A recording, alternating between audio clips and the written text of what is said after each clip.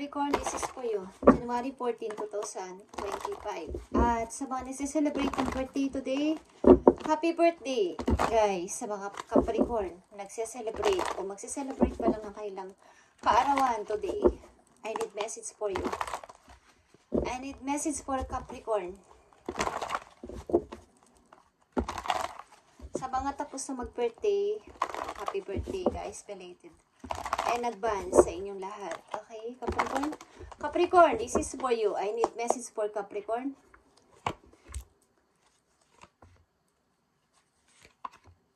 I need message for Capricorn. Yeah. I'm a mother, maybe. Isa kayong mother. Capricorn. At ano ba ang kaugnayan nyo sa reading? Sa mga Capricorn na nandito sa reading is maaring may mag-o-open, hindi pa man nangyayari, guys, is may paparating sa inyong swerte o may paparating na opportunities, okay? Sa ilang mga Capricorn. Tingnan natin ang message po yung ngayong January 14, Capricorn. Message mo sa mga Capricorn today.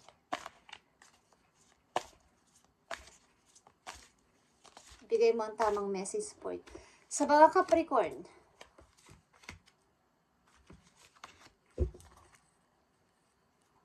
Six of Wands is here. Kailangan ko nang piliin ang bagong way, bagong path para sa akin. Six of Wands and the Fool is here. A new path, a new beginning for me. Para sa aking sarili. Seven of Swords.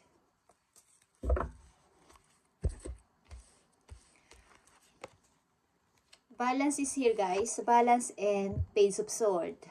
Yeah. Mukhang sa malayo is may nagmamatsyag sa inyo na inyong karelasyon o mayroon kayong gustong puntahan o gusto lang puntahan. Gusto lang mag-decide na puntahan ang person na to na malayo sa inyo, Capricorn. At magkita kayong dalawa. Okay? Lumalabas yan. Wala tayong magagawa. Four of Cups is pagdadoubt. Sa mga gustong gawin sa buhay, Capricorn, ito ay nasa gitna kayo sapagkat kayo naaapektuhan ng inyong emotion. Okay? Old and new path na nagbabadya sa inyong buhay. Nasa gitna lang kayo at nakikiramdam. But, meron kayong gustong gawin. May dalawa ditong page. At ito ay pagde-decide at saka sa inyong emotion is meron ditong involved, emotion at sa inyong pag-choose o pag-decide. Eight of Coins is here. Kailangan ko ng kumayod o magtrabaho na magtrabaho. Kahit walang pahinga. Is gulong-gulo kayo. Okay, maaaring ilan sa inyo ay naguguluhan o gulong-gulo sa paligid ninyo sapagkat ang dami ninyong inaasikaso, ang dami ninyong iniintindi, ang daming problema. Wala pong pasok na good idea sa inyong utak. Mukhang kulang din ang ilan sa inyo sa tulog sa sobra ninyong pagtatrabaho o pagpupuyat. Okay, ilan sa inyo. Hindi nyo alam kung alin ba dito ang dapat kong unahin sa mga problema na to. Ang dami kong isipin. Okay? Meron din kayong lovers sa malayong lugar, maybe. Stay connected kayo, but malayo. Hindi kayo nakikita sa personal. Ilan sa inyo? Six of Pentacles is here.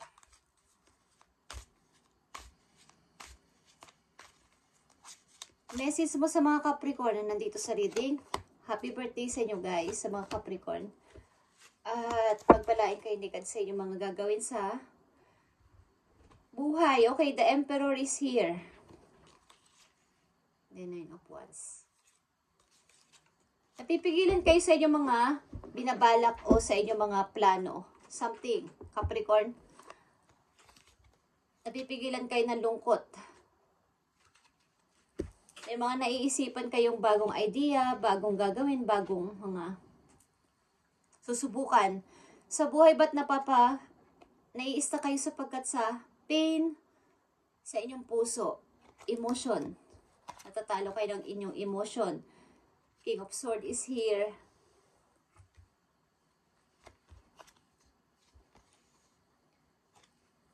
Kailangan ninyong magpakatatag at gamitin ang pain na to sa inyong puso para sa pagtupad ng inyong pangarap. Capricorn, sa inyong future, maaring sa mga susunod na buwan. Okay? Kailangan nyo magpakatatag galing dito sa pain na to, na dulot ng nakaraan maybe. At para matupad nyo ang inyong pangarap sa buhay, sa inyong kasulukuyan papunta sa future. Kailangan nyo maging matatag at patigasin ang inyong loob at huwag kayo magpatalo sa inyong emotion. Something. Message mo sa mga Capricorn na nandito sa reading. Ano ba mga dapat nilang gawin? Ano mga dapat na message mo para sa kanila? Spirit guides from heaven. Ano mga dapat gawin ng mga Capricorn? O ano ang mga dapat nilang isipin? O dapat nilang piliin? O dapat nilang pagdesisyonan? Okay guys. Andito ang 10 of Pentacles, guys.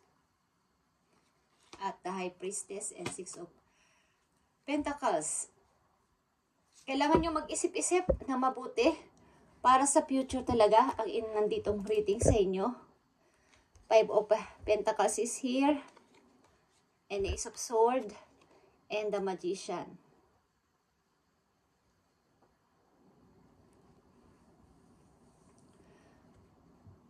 Pag-asay na bahaba ng nangyari sa inyong buhay, nakahirapan, pagkukulang sa money, hindi pag-accept sa inyong paghingi ng help sa iba o favor galing sa iba is napag-survive nyo naman. Kumbaga na-survive nyo naman ang buhay ninyo, ang inyong pamumuhay, ang ibig ko sabihin. Na-survive nyo nang kayo lang mag-isa. At andito na yung time na kailangan nyo namang sundin ang inyong sarili sa kasalukuyan papunta sa future ang pinag-uusapan dito. Para sa inyong sarili. Okay? Hindi na muna dito tinitingnan ang pag-ibig. Maaring ilan sa inyo dito ay umiibig. Una sa pag-ibig ba't malayo? Malayo ang person na to sa inyo at nasa ibang lugar. Maaring binabalak niyo siyang puntahan o binabalak kayong puntahan ng person na to. Oh, want. Gusto niya. O gusto mo. Balance. 5 of Swords is here. Meron kayong gustong iwanan. Para dito sa person na to. Okay. Para sa lovers na to. May gusto kayong iwanan para sa lovers na to. Okay. Andito ang Queen of Cups. The Devil is here, temptation. And the 6 of Wands. Yeah. Mukhang kayo ay gusto nyo lumaya sa isang relasyon. Kayo ay nasasakal na. Ilan sa inyo? So, lumaya sa sitwasyon na kayo ay sakal na. 8 of Pentacles. King of Cups. Matiisin kayong person. 10 of Swords. Yeah. Matiisin kayong person at pilit nyong inaako lahat ito. Itong problema na to. Magulo ang inyong utak. Okay, ang dami-daming gumugulo sa inyong utak, guys. Maybe kayo ang nagtatrabaho sa loob ng inyong tahanan or marami kayong trabahong ginagawa sa loob ng inyong bahay, sa inyong bukod pa sa inyong trabaho sa labas, pagdating nyo sa bahay, marami pa rin kayong inaasikaso at gulong-gulo kayo. Okay? Gusto nyo kumawala sa isang sitwasyon o sa isang relasyon at maging malaya sa buhay at sumama sa isang person. Ilan sa inyong Capricorn na nandito sa reading? Ilan sa inyo ay nakasurvive naman sa kakulangan at hindi paghingi ng tulong sa ibang tao o kamag-anak ninyo para matupad ang inyong pangarap. Okay, Capricorn. Nandito ang take action with passion.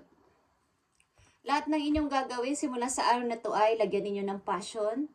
Ito man ay volunteer kayong gagawa sa trabaho na to o may gagawin kayo na isang bagay is kailangan may passion or gusto nyo talaga o masaya kayo dito. Hindi yung napipilitan lang dahil sa responsibilidad. At nandito rin ang uncovering treasure. Beneath the surface lies great bounty. Matuto kayo mag-ipon sa sarili ninyo at huwag nyong ipamigay lahat ng inyong mga naiimpok, mga napagtrabahuan at naimpok na money. Huwag niyong lahat i-expose sa mga kamag-anak niyo o sa inyong mga kakilala na may ipon ako, meron akong money. Huwag niyong ipagkakalat na kayo ay may ipon o kayo ay may naiipon na money. Okay? Magtago kayo sa inyong sarili. Yan ang sa madaling salita. Breaking trail din is here. A breakthrough is at hand. Ang paglabas sa isang sitwasyon na kayo ay nasusuffocate na ay nasa inyo mismong kamay at hindi sa ibang tao. Okay? The magician is here. Nasa inyo ang pagdesisyon. Pag ayaw nyo lang munang magsalita o ayaw nyo gumalaw. But nasa inyo. Ang susi ay nasa inyo mismong kamay. Kumbaga sa isang madumi o madamong lugar, kayo ay lumalakad para mawala ang sagabal sa iyo daraanan. Siyempre mga bato-bato, mga talahib or what, mga damo-damo is mano bang bago kayo gumawa o bago kayo maglini o bago kayo magtanim, tanggalin nyo yung mga damo or hawiin nyo yung mga damo na yan o mga sumasagabal sa inyong paglakad as mas madali ang inyong pagpo-forward. Kasi walang sagabal. Kaya tanggalin nyo ang mga tao sumasagabal sa inyong daraanan o dumidisorbo sa inyong pangarap. Yan ang ibig ko sabihin. Pag nasa mga kami ninyo ang pagtatagumpay o pag-alis dyan sa sitwasyon na yan, kung gustuhin nyo is kaya nyo naman. Kailangan kayo mag-control sa sarili ninyong buhay, Capricorn, at hindi ang ibang tao. Okay?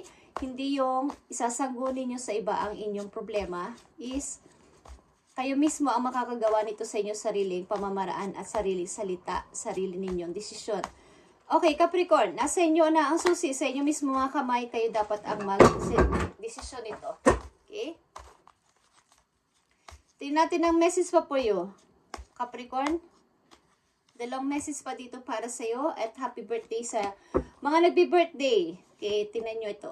Two of Pentacles, kayo ay dadalawang isip, ano man to.